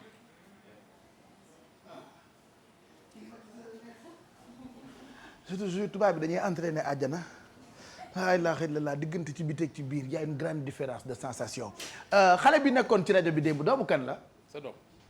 d'accord jërëjëf Mamadou Mouhamed Ndiaye amul problème naa lay gërëm bu baax lu mu wax moom ci rajo bi. jàpp ko du woon mais wax ji bëri na en tout cas. mais yow daf la wóor ni sama doom la. bu dul sa doom rek yow la. d'accord. loolu moom ok kooku moom papa foofu rek la mën a cosaanoo. mais du man pourtant xale bu jigéen bi nee na yow yaa ko jur. mu ne. nee na yow yaa ko jur. xale bu jigéen bu ko wax. ah ki nga ne sama doom la ba doomoo ko. waaw dañ ma ni sa doom la moo tax ba doomoo ko. wax nañ la lu amul de. ah nuroo ngeen de. il faut dégg xale boobu. xale bi waaw. yaa ko yóbbaale ci rajo bi démb. en tout cas bu dul yow daal di sa doom rek. sama doom la kay. ah sa doom kay sama doom la. tuumal en plein direct. non c'est extraordinaire. yaa ko bàyyi yaa bàyyi xale bi yow. chaque yeewu leen lu mu bon di nga am 4 titres ci net bi. bàyyi ma ngir chaque yeewu leen. c'est ce qui fait le charme. non ça c'est minimum quoi chaque yeewu leen di. mais bu la Pape nee benn nga ne ko ñaar xam nga ni 4 plus de 4 sax di ko am. j'adore celle-là. bu la Pape nee benn yow da nga naan ko nii rek. xale ba daal yaa ko jur ah. waaw. voilà fekk Pape la ñu wax nga koy doon. xale bi daal xam nga yow saison yeewu leen bii di ñëw sa place bi fële la jëm. merci Mamadou Mohamed Ndiaye ñu ngi lay gërëm dans quelques minutes bu ci xajee ñu def jeu des 5 mots et puis anniversaire yi dina ñëw parce que bëri ngeen ci bëgg a célébrer anniversaire u nit da ngeen di dem ci page officielle bu yeewu leen ci Facebook bi vous nous envoyez la photo et le message ñun ñu jàllale ko gratuitement en attendant Mado di ñu présenter bien-être dañuy ànd ak Alfie ci qu'est-ce qu'on mange alors comme chaque matin dañ ciy ànd ak beurre Sofia. Sophia beurre bi ci vitamines yu bëri yi moom la Alfie di toggee comme tous les matins émission bi tey sous le haut patronage de Fefsi la. waaw Pape Cheikh xam nga Fefsi moo fekkee. avec la présentation Aïssatou Pouye Fort. Pouye Fort. mooy déguster ma ne ko mooy ñëw déguster comme niñ ko annoncé. mais ça arrive dans les entreprises ay collègues di génn dañuy génn nag moom. mais loolu xanaa wax bi daanu la ñun ñëpp dégg nañ ko ñëpp dégg nañ ko. waaw géej gi am na ndox. après toi et moi. donc Pape Cheikh comme ni ñu ko annoncé ci suba. ay pain au raisin. yoo xamante ni beurre Sofia lañ ciy àndal xam nga Pape Cheikh tey ñoom ñooy nekk star du jour yi. parce que xam nga ni bombu cere boo ko waxee beurre Sofia daf ciy dem bu baax na gaa yi wàññi dëwlin bi rek Pape parce que xam nga ni beurre Sofia dañ ko enrichir ay margarine la yoo xam ne dañ ko enrichir en produits laitiers ba pare c'est riche en vitamines A et E. donc moom mën na dem ci cere ji boo tollee ci moment bi nga xamante ne da ngay toll sa diw wala mën a bomb cere ji meew Sofia nag sooy lekk Pape mu ñëw accompagner la parce que ñun tàmm nañu bu ñuy lekk cere ba ca fin ba daal di def meew xóoyal meew mën ko booleeg li nga xamante ni mooy cere bi te xam nga ni beurre Sofia ak meew Sofia fu ñu dugg dañ fay bàyyi seen ay vitamines donc pour ñëw ci li nga xamante ni mooy pain au raisin yi Pape ci suba defar nañu pat bi wan nañ leen ni dañu jël farine jël beurre jël li nga xamante ni mooy meew ak nen ak tuuti levure suukar daal di mélanger sunu pâte ba nga xamante ni. mondial de l'œuf vendredi ou lundi. c'était la vendredi bi passé. bii di ñëw. bii di ñëw ah ouais. je pensais que c'était passé journée mondiale de l'œuf. dañ koy bah oui obligé. dañ koy fêter journée mondiale de l'œuf bah oui. vendredi inchallah c'est la journée mondiale de l'œuf bii ñu jëm nii le 14. ok on va célébrer ça. dinañ ko célébrer. d'accord wax lépp loo xam ne ci l'œuf rek lay jëm Pape. mais j'en ai des œufs de caille. waaw des œufs de caille wala des œufs de poule Pape des œufs de tortue wala ay œufs de oie. est-ce que mën nga àggali ci togg. du yaa commencé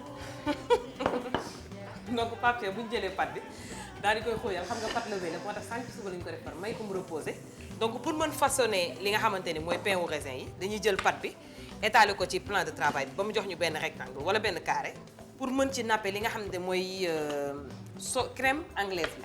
crème anglaise bi nag defar nañ ko sànq dugal ko ci frigo bi pour mu sedd donc mën nañ ko récupérer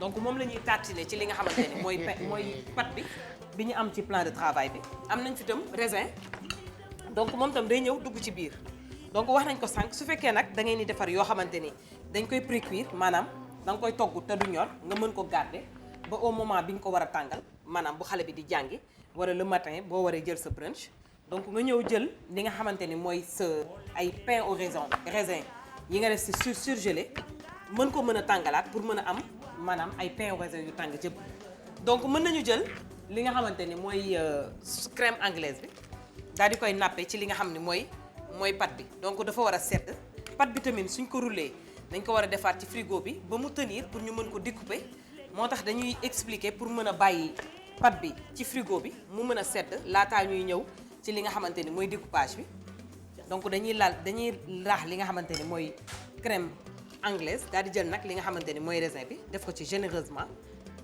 mën nañu def ci biir comme mën nañu def ci biti suñ ko dénnee pour dagg ko mën nañu tam yokkaat li nga xamante ni mooy raisin bi xam nga raisin bi tam day dem ci cere ji Pape donc ñu roulé parce que day nekk ay ay pain yoo xamante ni suñ ko génnee dafay mel comme ay escargot donc dafay def ay wëndeel ci biir donc ay ronron donc pour nga mën a am nag loolu il faut nga bàyyi li nga xamante ni mooy pâte bi au frais mu mën a tenir mais mën nañu dagg xool benn nu muy mel donc suñu daggee directement dañuy am pâton yi donc pâton yi li ñuy jël mi ngi na li ci four ba di ñor gis nga mi ngi doore donc su génnee mën la jox li nga xamante ne moo nekk sa ay pain au raisin yii léegi ñu pare juste dañuy xaar dorure bi mën a daj nga xamante ni da ngay gis ni pâte bi ci biir ñor na xomm donc su génnee nag pour nga am brillance bi nga xamante ni moom ngay gis ci grande surface yi da ngay defal sa sirop def sa suukar def ci tuuti ndox ba mu dang donc nga jël ko badigeonné ko ci ni mu tàngee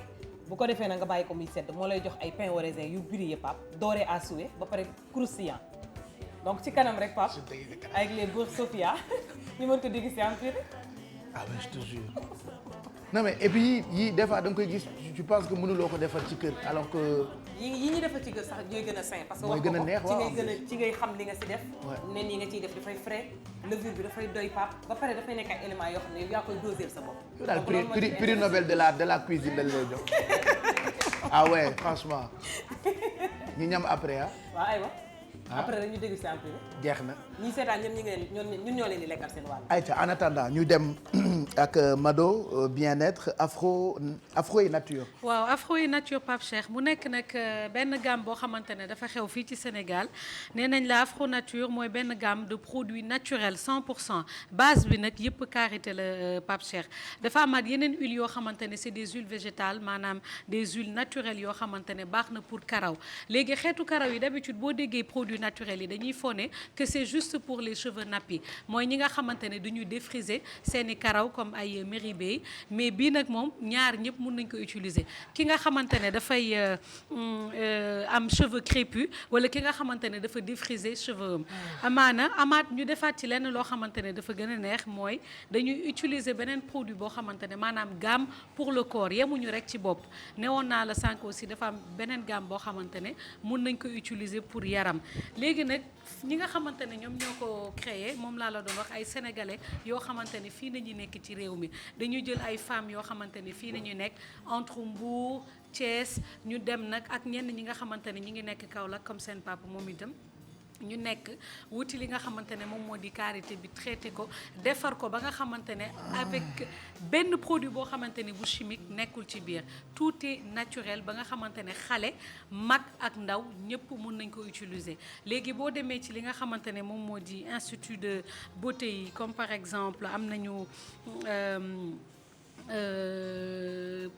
balaa may dem sax ci li nga xamante ne mooy fi ñu koy jaayee Pape Cheikh damay ñëwaat tuuti ci éléments yi nga xamante ne moom moo ci nekk moo xamante ne nekku ci parce que maa ngi leen di wax que c'est naturel mais il faut préciser que produit bi amul li nga xamante ne moom moo di silicone amul parabène amul lenn loo xamante ne ay produits yoo xamante ne mun na yàq wala lu synthétique loo xamante ne mun na yàq li nga xamante ne moom moo di sa karaw wala di sa yaram donc seen gamme nag dafa large am nañ li ñu duppee li nga xamante ne moom moo di nuage de karité loolu nag dafay nourrir en profondeur li nga xamante ne moom moo di sa karaw dafay protéger dindi lépp loo xamante ne moom moo di crasse bi sonal nit ñi ak ba pare li ci gën a neex mooy dafay sëqal karaw am nañ ay crème capillaire aussi nga xamante ne pour bopp la ba tey ki nga xamante ne sa karaw day faral di damm moo xarma donc mun nga koy utiliser yow dama la ko ciy jox sax benn d'ailleurs ñu demaale ci li nga xamante ne moom moo di shampoing ak démêlant shampoing bi ngeen di gis ni voilà c'est à base de savon noir te ku xam savon noir d'habitude da nga koy sangoo mais ñoom dañ koy jël def ko ci li nga xamante ne mu nekk produit bu ñu mën a defee gamme la daal maanaam comme ni ma koy waxee am na démêlant li ci gën a neex aussi pour yaram bi waxoon naa la ko am na lait de corps maanaam boo xamante ne day protéger sa yaram day koy nourrir ba pare daf koy adoucir ki nga xamante ne dafa diwu xeesal ba yaramam yàqu ñi ngi koy proposer gamme bi nga xamante ne moom moo di afro nature bu ko diwoo di nga gis sa yaram dina belliwaat naay yi rafet ci ni mu waxee donc ñoom bu fekkee da nga leen bëgg jot ay rew ak yooyu noonu day dindi yëpp parce que dafay régénérer peau bi dafay hydrater peau bi maanaam daf lay joxaat der bu bees tàkk boo xamante ne c'est naturel et c'est joli donc ñoom Pape Cheikh boo leen bëggee jot am nañ benn page Facebook boo xamante ne boo tapé afro et nature di nga leen mun a jot am nañ numéro de téléphone yu mel ni 77 273 60 60 wala 70 625 41 76 donc am na ay huile aussi comme ni ma leen ko waxee ay huile naturelle boo déggee huile de ricin huile de baobab huile de nîmes de sésame tulukuna pastèque wala huile yi nga xamante ne daal moom moo naturel yëpp am nañ ko boo fa demee dinañ la ko jaay te cherul dara loolu moom moo ci gën a neex Pape Cheikh. Ben merci beaucoup Mado. ñoom ñu ngi Sénégal. ñu ngi Sénégal mën nañu leen woo ci ban numéro encore parce que souvent téléspectateurs dañuy laaj. nu ñuy mën a def ba am ci produit seen numéro de téléphone même si mën nañ leen fekk souvent ci ay bërëb yu ñuy jaayee produits afro et nature. Et effectivement donc comme ni ma ko waxee woon rek numéro bi nga leen mën a jotee c'est le 77 273 613 60 60. baa nga def le 70 625 41 76. au passage boo leen ñëwee Glam Style aussi di ngeen ko fa fekk parce que produit bi disponible na fa. voilà mu ngoog soin de soi ak bien-être Mado lañ ci àndal comme chaque mardi merci en tout cas ci li nga ñu présenté dinañu jouer ci kanam tuuti di ngeen ñu may genre 10 minutes avant wareef di commencer pour jeu des 5 mots Fefsi moom mooy invité yeewu leen tey ci suba gi on découvre way bi nga xamante ni moo bees c'est tout nouveau c'est une belle chanson ñu déglu ko ensemble Bijou nee na bëgg na ko Aïssatou Paye Fall nee na elle adore aussi Fifsi regardons Décrocher le tudd ça pourrait intéresser Merry Bey.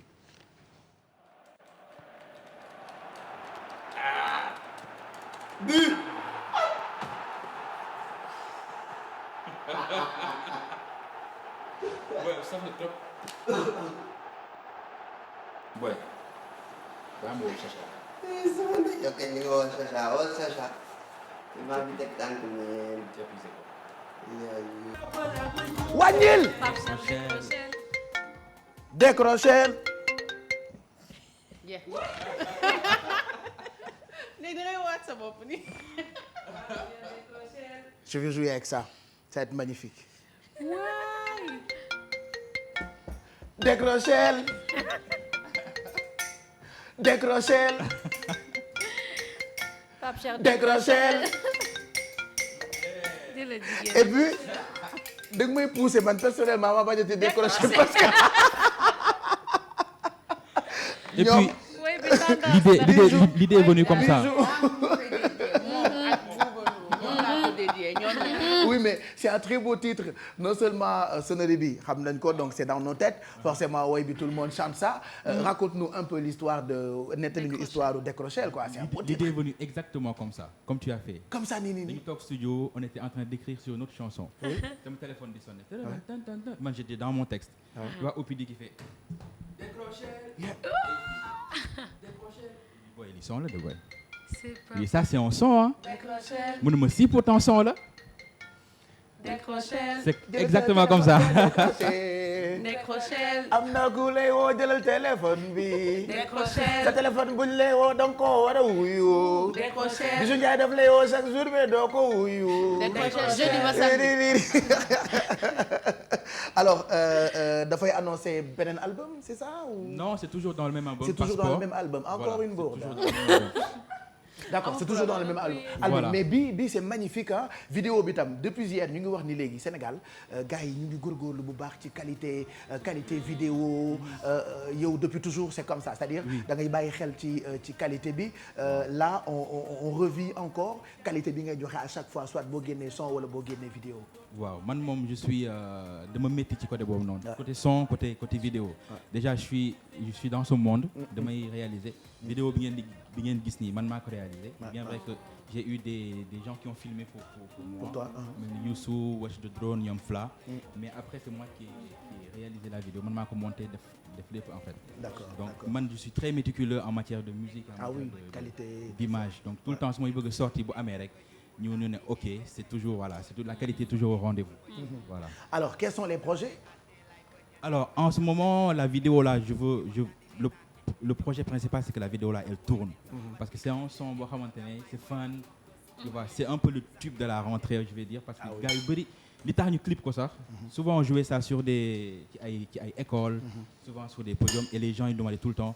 son bi bu ñu joué beneen son par exemple xool wala mariage forcé tout le temps les gens nous disent wooy leen Décrocher il faut Décrocher donc on s'est dit que c'est un peu le tube de l'album il faut ñu clip ko jox ko gars yi donc instant bi c'est le son qu'on veut que ça tourne et après ça on a encore 3 clips qu'on a tourné yoo xam ne génnagul déjà tourné et c'est quoi yow ak OPD finalement c'est un groupe? Non, c'est pas un groupe. Parce que tout le temps yéen a ngi def dara quoi. C'est pas un groupe parce qu'en fait on a fait une collaboration ci album bi. moo tax temps yëpp on nous voit ensemble c'est parce que on a fait 14 titres ensemble. et les 14 titres inchallah si on clippe pas les 14 titres. on va au moins clipper les 10 titres. Super. Voilà moo tax tout le temps on va nous voir ensemble fin d'année, début 2017, Inch'Allah, on sera encore ensemble en train de faire la promotion voilà, de Passeport. vidéo bi c'est tout nouveau. Je rappelle que dina jàll en boucle tout le temps ci télévision Futur Média 10h38 mooy doog a jot. On va finir ak jeu des 5 mots. On a le choix entre jouer ak benn téléspectateur wala ñu jouer ak Mado parce que mu ngi doog a ñëw léegi on verra. soit ñu tànn léegi benn téléspectateur au téléphone 88 628 22 22 bu ñu tànnee benn téléspectateur après téléspectateur bi mooy tànn kan lay jouer entre ñun ñu nekk fii ci plateau bi. Fefsi Mary Bey Diouf Bijou Si Mamadou Ndiaye Papa Ndiaye Bale Alfiba Aïssatou Paye Fall Diallo Mado. Je propose. Mado dañ koy ganale. donc ki woote dañ koy wax Mado lay jouer. Bon. D'accord.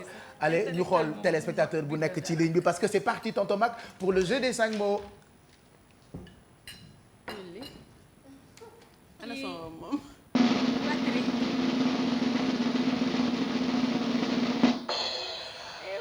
Kouthia moo doon wax ñu jël ki nekk ci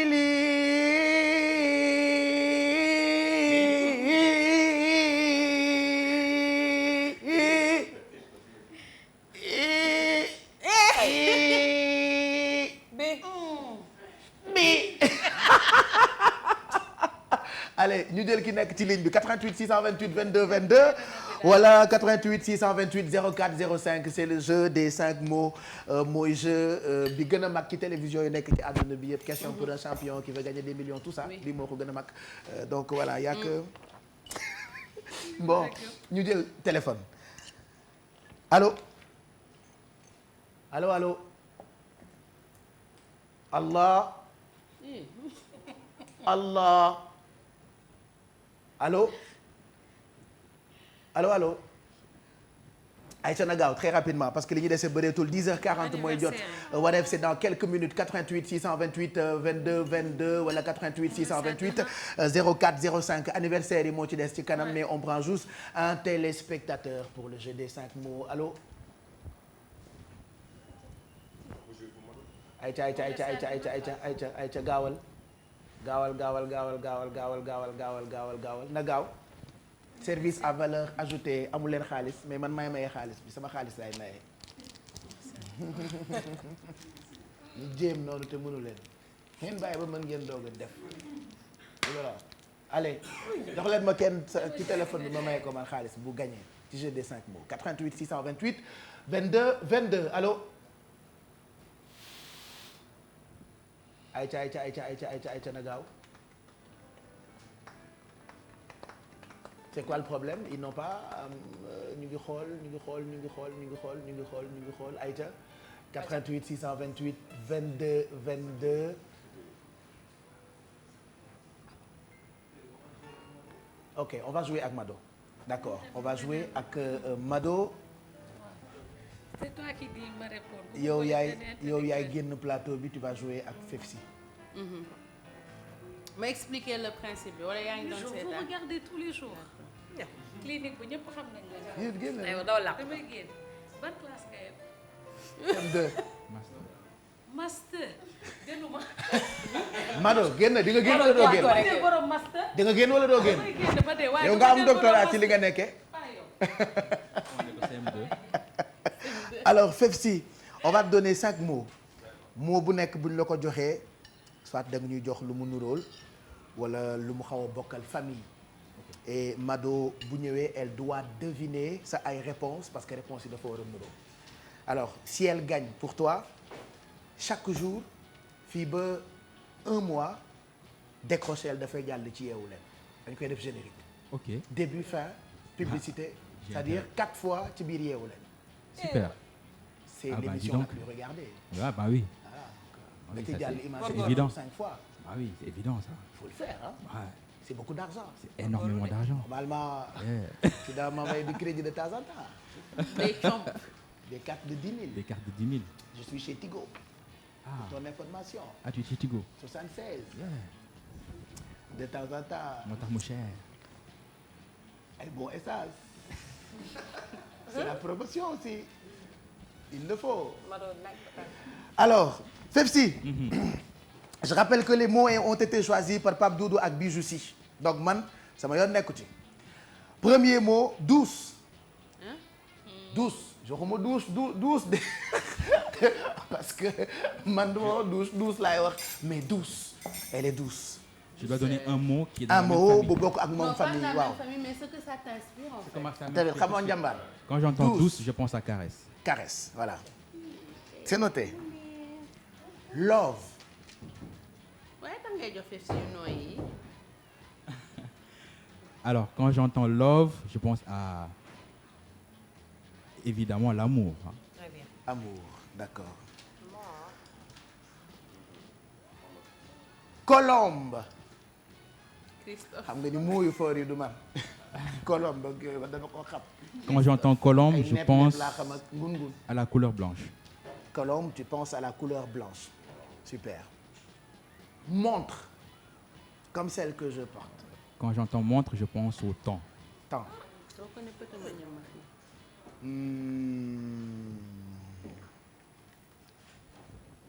Bon.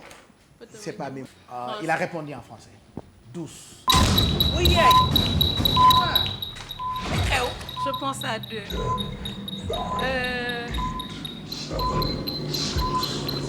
Caresse. Douce. Allez, ta réponse? Caresse. Caresse. On caresse avec Bonne douceur. réponse. Un point pour Fefsi. Deuxième mot. Alors, balaa ngay tontu da ngay xaar compte à rebours bi jàll. Nous, on va se taire. Tu réponds. Après, tonton Mac nous dira si la réponse est bonne ou pas. D'accord. Allez. Love. Love. Xaaral compte à rebours bi jeex. gaawal. gaawal. Réponse. Amour. Ah, mais. Bonne réponse. Bravo. Ah, cool. Bravo. 2 points pour Fefsi. Troisième mot. Mais yow da nga ay finalement. Je vous regardais tous les jours. Ndeysaan. man daf la ñu bëgg. infirmière bi ñuy naan ma Seydou commencé na tàmbali na. Allez, troisième mot. Toujours ak Mado. Colombe. Chrono.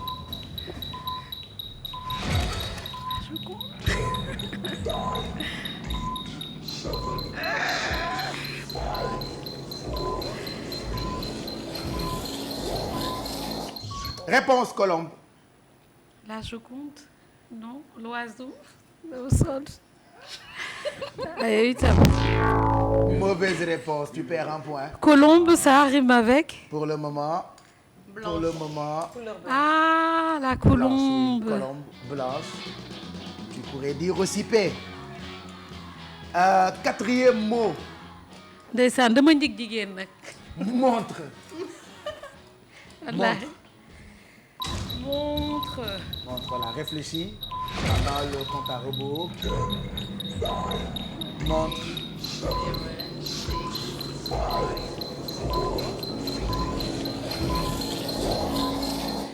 Réponse pour montre. Heure. Horloge. Horloge. Est-ce que Ou c'est le une bonne heure. réponse? C'est pas une bonne réponse. Tu perds encore 2 points à cause de Mado. On finit ak dernier mot bi. Est-ce que pare nga pour déglu ko? Montre, c'est quoi? Temps.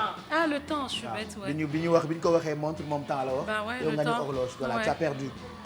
Alors, dernier mot. C'est un nom. Mado. Ah non? Ah non, Mado. Après compte à rebours. Mado.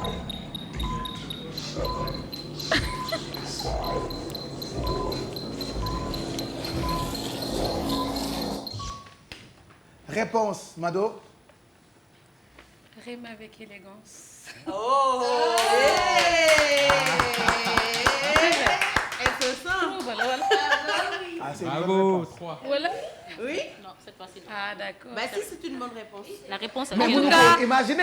Moi, non, Elles non, se non. sont élégantes. Ah, oui, Vas-y. Mado rime avec élégance. Oui, Regarde de l'autre oui, côté. élégance. Voilà. Bon, Fefsi, tu as gagné juste 3 mots. 3 sur 5, ça va. Voilà, 3 sur 5, ça va. Donc Merci. tu as Combien de passages par jour? Une fois par jour. Ah, C'est déjà ça. À partir de demain astafurlah suba amul parce que dañuy taaj bu ñu tey ci guddi voilà. Donc à partir de après-demain chaque jour décrochel bu fef si dafay jàll ci yeewu leen bi grâce ak Mado. Merci d'avoir accepté de jouer. Donc c'est le jeu des 5 mots. On va parfaire le jeu defewaat ko comme il se doit comme ça ngeen mën di gën di bokk ci yeewu leen bi. On finit avec les anniversaires 10h50 mooy doog a jot. On démarre ak anniversaire ou voilà. Je démarre ak sama anniversaire bopp. Voilà. Photo envoyée à tonton Mac. Message qui vient de chez Famatoun. Si je ne le jàllale pas, elle va m'amener des problèmes. Elle est pire que Bijou. Donc, joyeux anniversaire à Bouritop. Voilà, c'est elle Bouritop, de la part de ses amis intimes, Adja Boufama et Fatima Dieye. Donc, Famatoun qui souhaite un bon anniversaire à Bouritop. Taïdi le Bessem, on lui souhaite un happy birthday. Voilà. Et puis joyeux anniversaire à Ndeye Maguette Femme. Ndeye Maguette Femme de Paris qui fête ses 14 ans de la part de son papa Maodo, sa maman Mariem Diop ainsi que toute la famille. Donc Ndeye Maguette Femme, on lui souhaite un bon anniversaire. Joyeux anniversaire à Mam Fatou Endo.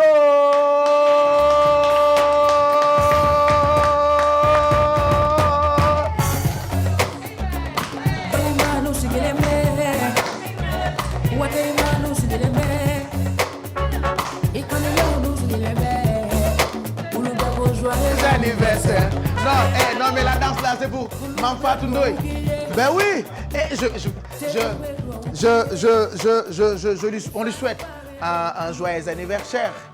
On lui souhaite un joyeux anniversaire.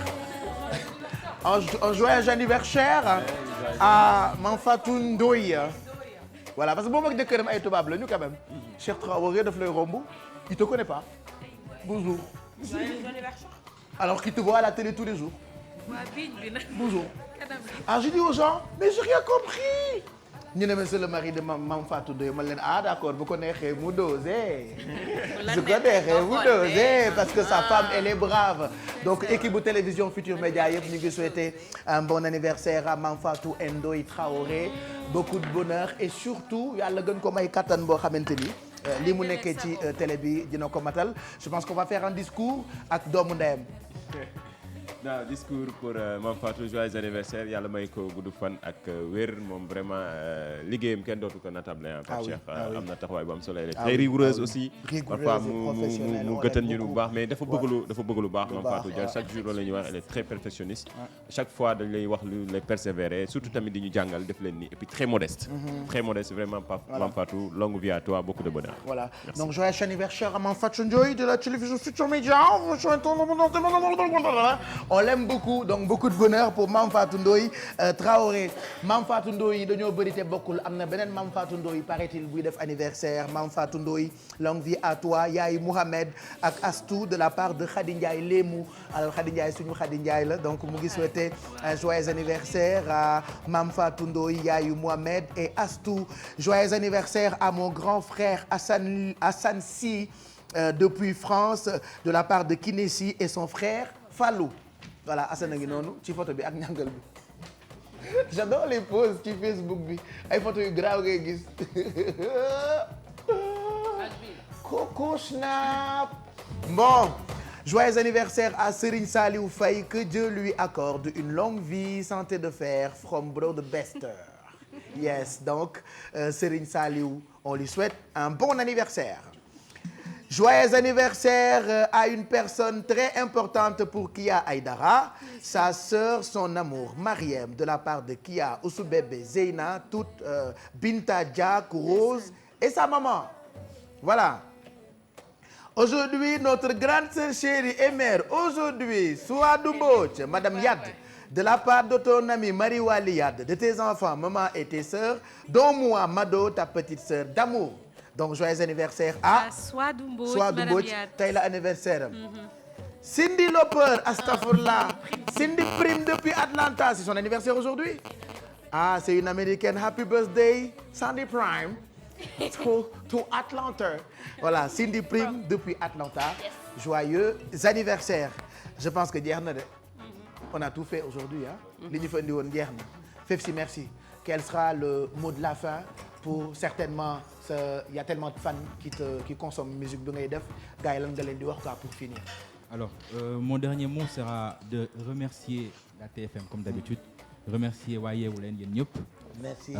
Et remercier toutes les personnes qui nous suivent, surtout sur les réseaux sociaux. Et on voit que nit yi, ouais, vraiment les gens sont derrière, ils poussent. Et c'est grâce à eux qu'on avance, c'est grâce à eux qu'on fait ces choses-là. Donc merci, un grand merci à ma famille et un grand merci à toutes les personnes avec qui je travaille, OPD, waa Gelongal, waa TFM et voilà. Voilà, merci en tout cas de tout cœur avec toi. Je rappelle à partir de après-demain chaque jour vidéo bu bees bi décrochel dina jàll ci Yeewu Leen. Ça c'est grâce à Mado ci jeu des 5 mots. Merci Mado d'ailleurs. On te retrouve après-demain bu soobee Yàlla. Suba on va se reposer hein. D'accord, cool. Qu'on a après-demain. Ah, après-demain. waaw remercier juste waa. D'accord, merci beaucoup Aïssatou Paye Fall. Merci. On se retrouve mardi prochain et bonne fête de Achoura à tout le monde. Achoura, Yawmal Achoura. Tu connais Achoura? Achoura. Achoura. Et merci à Doré Befé. Merci Mamadou Ndiaye, à demain, à après-demain. Ah oui, à jeudi inchallah. Et lui c'est mon petit frère hein. Ah ouais, c'est mon petit frère, c'est mon ami. Voilà, c'est pour voilà, genre Alfiou Seytaane yi daf ko sonal et tout ça. C'est mon petit frère. Ça va que il fait chier. Non, il est gentil. Merci. À jeudi. Alors règle. Ouais. Ok. Ouais, c'est comme ça habillé. Oui, quand même. J'avais oublié. Non, États-Unis. Oui, mes amis d'Asie aussi. Et mes amis de Kolda. Yéen a tax démb tonton mag daf ma convoqué réunion ma dem bureau mu foog ñu lu ne la may doyoo mu ne ma Pape Cheikh xanaa yow yaa moom télé bi ma ne ko yow c'est que yow mi réalisé xamatuloo kat moom maa moom moo la yuusu yow xamatuma ci yow dara kon yow moo ma too sa xel manquito post cash Assoura merci bisous. Merci à toi et bonne fête de Tamxarit comme ni ko Aïssatou waxee yéen ñëpp baal leen ñu àq baal nañ leen yàlla nañu yàlla boole baal. comme tey dañuy wax baalu àq dafa baax dem seeti ku feebar. dagg sa ay wee yooyu laa jot a lire ci internet bi donc essayé leen ko def. ak woor ak raay bopp jirim. Maître du col. Du col de quoi? KHOL. Col. Ah col, ça s'appelle col. Tusngal non. Tusngal ou col? C'est pareil. C'est pareil. Tey di ma defaral col. D'accord, ok. Merci. Voilà. Donc voilà et Pape Cheikh comme dañuy wax waxu orphelin xale yi nga xam ne ñi ngi pouponnière de Mbour bi am na ci ñoo xam ne ay orphelin lañ donc ñu continuer rek di leen jàppale dons yi maa ngi koy recevoir ba léegi ici à la télé tous les jours à 11h sinon mun ngeen ma contacter sama Facebook pour xool naka lañ mun a def pour me récupérer dons yi jox leen ko décembre laa fay dem incha allah. di remercier aussi Bien-être Baye Zahra pour la coiffure le téléphone c'est le 77 326 35 30 bonne journée et bonne fête moytu leen cere bi yéen jóobeen yi. Voilà merci journée porte ouverte merci beaucoup Merry Beye Diouf. Merci beaucoup. Ce soir ñaw. Eh mais qui m'a fait ça? waaye léegi looy def Je sais pas, j'essaie de me. Voilà donc merci Merry Beye Diouf et à. Merci Fanny. beaucoup. Merci beaucoup Pape Cheikh. Donc à mardi pour toujours plus de nouvelles tech et encore une fois happy birthday Cindy. You are my wife. Yes. Voilà. Thank you so much. Merci beaucoup Alfie. Merci Pape Cheikh. Merci à Ndeye Coumba onglerie des VIP pour la coiffure. Mais souhaiter un joyeux anniversaire à Lina Youssef fële ci institut Allure Pape de la part c'est son anniversaire aujourd'hui de la part de ses enfants. Merci Pape na gars yi def ndànk ci cere bi surtout ñu sant Diallo Pape bañ a jaxase lu ne cere yi dafa war a light dafa war a léger Pape yow moom xam naa da ngay lekk bay lekkee ñaari loxo yow cere gestion yeeg cere fromage yi Pape yi ngay faral di defar ñu wàññi ko def cere bu light rek day lekkee benn loxo au lieu de ñaari loxo surtout ñu sant Diallo. ma xuloog téléspectateurs yi ma xuloog ñoom xam ngeen lan la may leen ñu jàmm nag ba suba soof ngeen trop.